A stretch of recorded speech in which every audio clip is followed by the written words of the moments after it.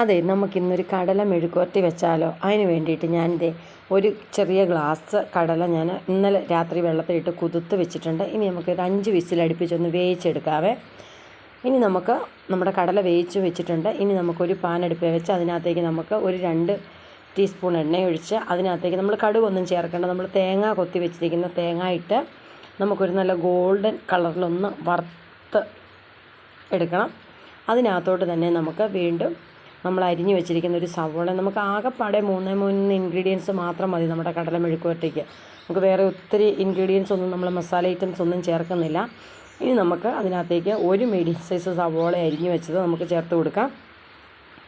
ഇനി അത് നല്ലപോലെ ഇളക്കി ആവശ്യത്തിനുള്ള കറിവേപ്പിലയും കൂടി ഇട്ടിട്ട് നന്നായിട്ട് അതെല്ലാം കൂടി ഒന്ന് മൂത്ത് നമ്മുടെ ആ സവോള ഒരു നല്ല ഗോൾഡൻ കളർ ആകുന്നോടം വരെ നന്നായിട്ടൊന്ന് ഇളക്കി ഒരു ശകല ഉപ്പും കൂടി അതിനകത്തൊന്ന് ഇട്ട് കൊടുക്കണേ. നമ്മൾ ഉപ്പ് ചേർത്ത് കൊടുക്കുന്നത് നമ്മുടെ സവോളയ്ക്കും ആ തേങ്ങാക്കൊത്തിനുമൊക്കെ ഉപ്പൊന്ന് പിടിക്കാൻ വേണ്ടിയിട്ടാണ്. നമ്മുടെ കടലയ്ക്ക് നമ്മൾ ഓൾറെഡി ഉപ്പ് ഒഴിച്ചാണ് നമ്മൾ കടല വേവിച്ച് മാറ്റി വെച്ചിരിക്കുന്നത്.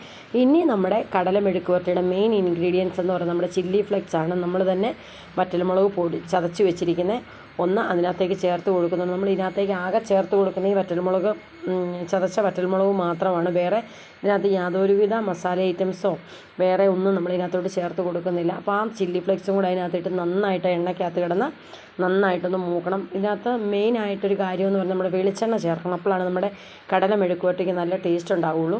അപ്പോൾ ഇതേ നമ്മളങ്ങനെ വേവിച്ച് വെച്ചിരിക്കും നമ്മുടെ കടലയും കൂടെ അതിനകത്തോട്ടിട്ട് അതിനകത്ത് ഇച്ചിരി വെള്ളം ഉണ്ടായിരുന്നു. ആ വെള്ളമൊക്കെ ഒന്ന് പറ്റാൻ വേണ്ടിയിട്ട് നമ്മളൊന്ന് മൂടി വെച്ച് അതുകൂടെ ഒന്ന് വറ്റിച്ച് കഴിയുമ്പോഴത്തേക്ക് നമ്മുടെ കടല മെഴുക്കുവരട്ടി റെഡിയാണ്. ഇനി വേണമെങ്കിൽ നമുക്ക് ആ സമയത്ത് ഉപ്പൊക്കെ നോക്കിയിട്ട് നമുക്ക് ഉപ്പില്ലെങ്കിൽ നമുക്ക് ആവശ്യത്തിനുള്ള ഉപ്പും കൂടി ഇട്ട് കൊടുക്കാം. ഇത് ചോറിൻ്റെ കൂടെ തന്നെയല്ല, നമുക്ക് 4 മണിക്കൊരു കാപ്പിയുടെ കൂടെ ഒരു കടിയായിട്ടും ഒക്കെ നമുക്ക് കഴിക്കാനായിട്ട് നല്ല അടിപൊളി ടേസ്റ്റാണ്, സൂപ്പറാണ്. ഉണ്ടാക്കാത്തവരൊക്കെ ഒന്ന് ഉണ്ടാക്കി നോക്കണം. ഇത് ഇങ്ങനെ നല്ലപോലെ വെള്ളമൊക്കെ തോർന്ന് നല്ല ഡ്രൈ ആയിട്ടുള്ള കടല മെഴുക്കുവരട്ടി റെഡി ആയിട്ടുണ്ട്. ചോറിന് കൊണ്ടുപോകാനും പൊതിക്കൊക്കെ പിള്ളേർക്ക് കൊടുത്തു വിടാനൊക്കെ വളരെ നല്ല ഒരു അടിപൊളി ഒരു വിഭവമാണ്. അപ്പം ഇങ്ങനെ കടല മെഴുക്കുവരട്ടി ഉണ്ടാക്കാൻ അറിയത്തില്ലാത്തവരും ചെയ്തിട്ടില്ലാത്തവരും ഒക്കെ ഒന്ന് ചെയ്ത് നോക്കണം. പിന്നെ ഇതിൻ്റെ ഡീറ്റെയിൽ ആയിട്ടുള്ള വീഡിയോ എന്ന് പറയുന്നത് നമ്മുടെ യൂട്യൂബ് ചാനലിനകത്തോട്ട് കാണാത്തവരൊക്കെ കയറി കാണണം. അപ്പം ഇന്നത്തെ വീഡിയോ എന്ന് പറയുന്നത് ഇത്രയേ ഉള്ളൂ. പിന്നെ നമ്മുടെ വീഡിയോയും ചാനലും ഒക്കെ ഇഷ്ടപ്പെടുവാണെങ്കിൽ ഒന്ന് ലൈക്ക് ചെയ്യാനും ഷെയർ ചെയ്യാനും സപ്പോർട്ട് ചെയ്യാനും